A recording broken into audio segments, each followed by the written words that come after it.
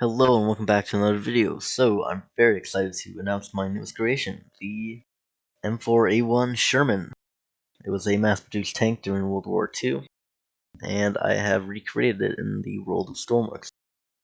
So going around the exterior of the tank, it's pretty similar to the real thing. Only minus, or I guess you could say downside, is the tracks. They're not as wide as the real thing.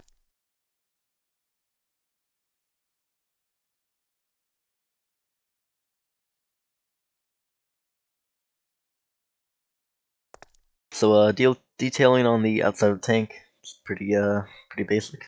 Got some paint blocks, and this little system I have here, I thought it was pretty cool. It kind of slopes down and also rotates to the left. That happens on both sides. There's supposed to be a tool rack. And then there's some lights here which don't actually work. I was too lazy to do that. We got some jerry cans at the back. You got your exhaust here. I should probably turn off tooltips. 1 sec. Alright, so with those tooltips away with, those are just there for obvious testing, of course. But going around the tank, track system, pretty simple. I got some suspension wheels to actually dampen the left and right motion. It feels like a seesaw, whatever it's called. Front of the vehicle, I got the star on the front. Thought that was pretty cool. Doesn't really look that good on the inside, but it's okay. Got the MG for the bow gunner there. Pretty nice, pretty simple. Alright, jumping on the tank.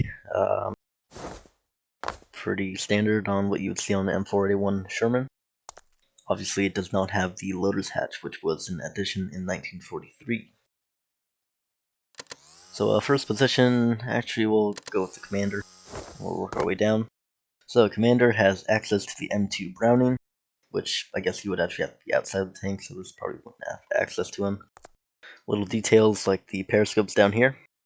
A little spotlight here, which does not move. And the commander's hatch. So let's open up this hatch.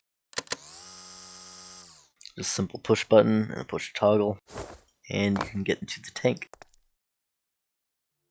So in the commander's position, I can close the hatch here, and you'll see a periscope comes down. Have a limited view of the outside. It does not swivel like the real thing. But looking around the tank, I have a radiator to the rear. I have no idea if this actually works, since I've never really tested it. I've just assumed it works and posted it. But to turn on, you just flip the switch. That would give it power.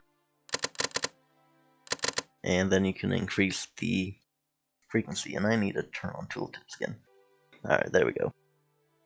So then you can transmit the frequency here, and it works pretty simple like that. Alright, next position, loader's position.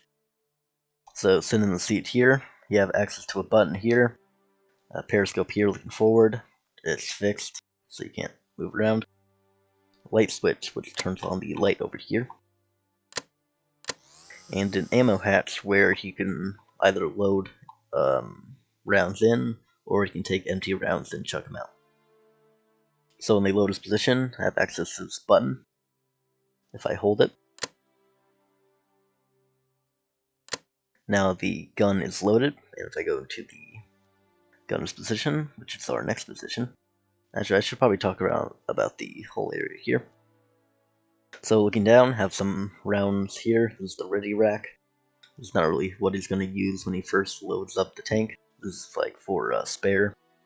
Like let's say you really need a round, so you take from there instead of here or in the boxes. But he does have rounds in and around the turret basket. A little hole here so you can access the boxes in the lower hull. And paint area there.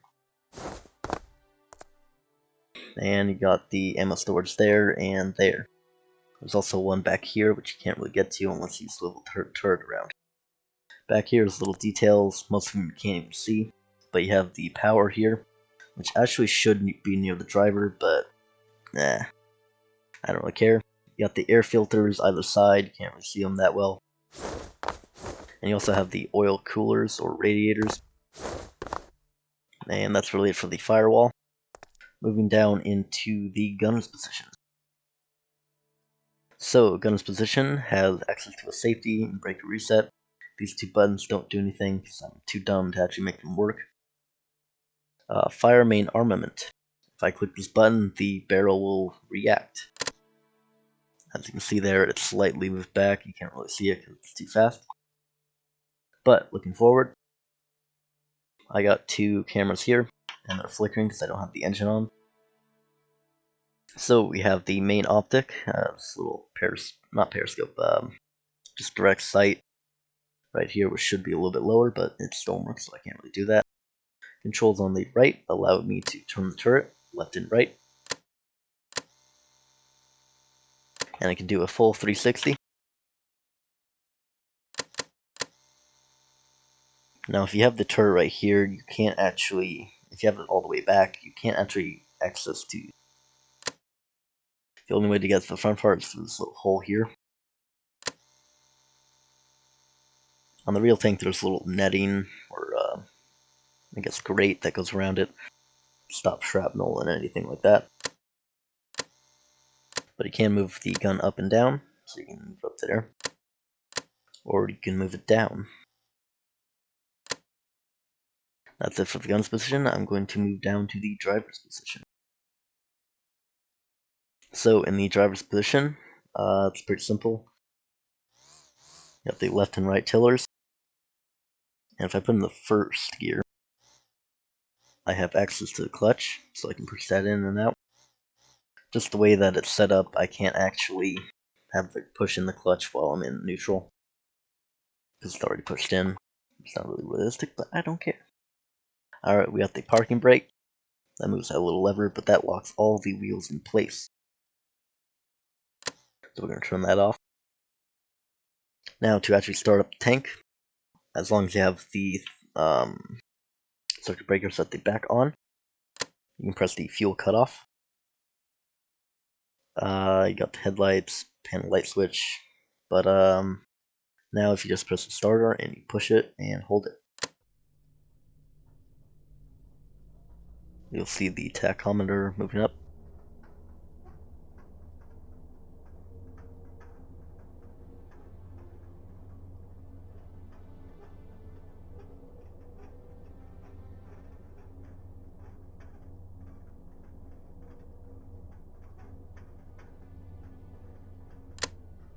Something's wrong. I think I don't know what I did, but 1 second. Alright, so back in the tank, I diagnosed the problem, it's just that we had too low of battery from not actually using the engine. So when you load this up, just remember to start the engine when you first get in and let it idle. So, fuel cutoff's on. I'm going to hold the starter button.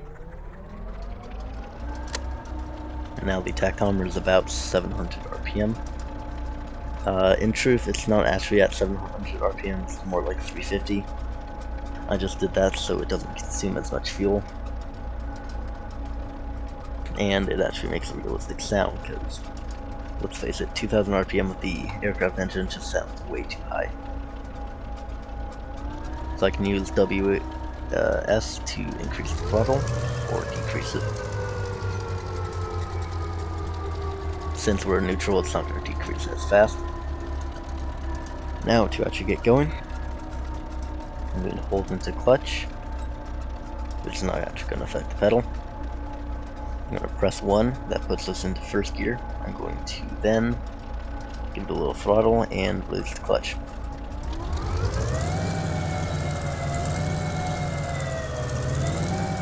Now, first gear is very slow. You only get about 4 miles per hour in there. Now, hold the clutch, or just press 1, whatever you want to do. That puts me into second gear.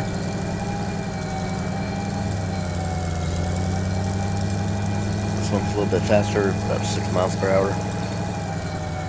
Third gear.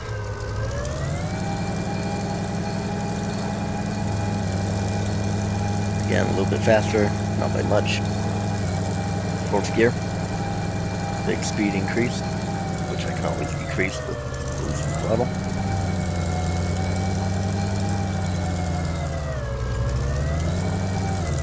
and 5th gear.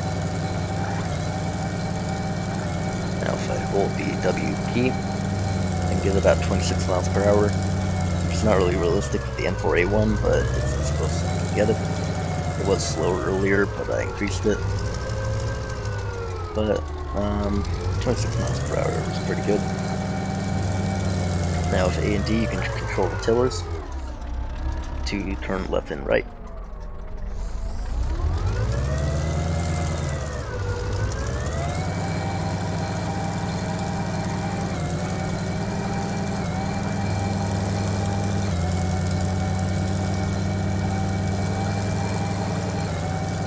And now when you're done with the engine, just go to neutral. Neutral straight up on the stick.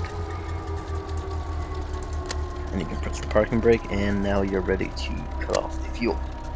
I'm not going to do that just yet because I haven't talked about reverse yet. So I'm going to unrelease the parking brake. Now we're going to press 2. Well, before that I'm going to start up a little bit because it's not as geared as heavily as some of the other gears. And it will put us into reverse. Now be careful because you can go 26 miles per hour in reverse. I don't really know why, but it just happens. Like that.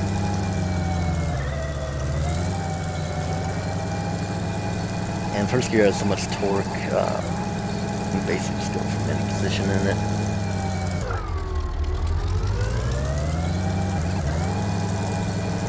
And it won't slow down the engine much, it just causes wheel slip. That's it for the driver position. I'm going to shut off the engine.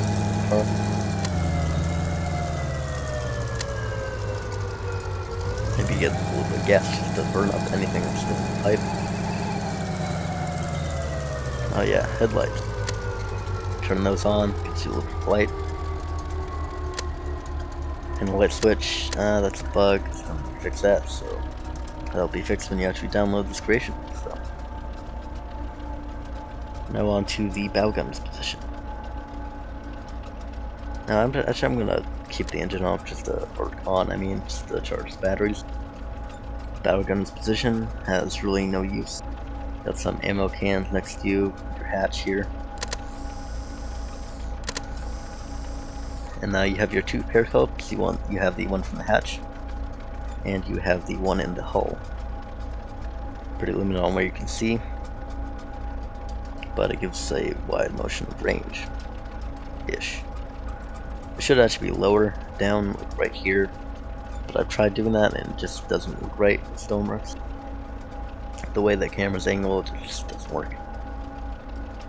But that's it for the guns position. Or not guns, it's bow gunner.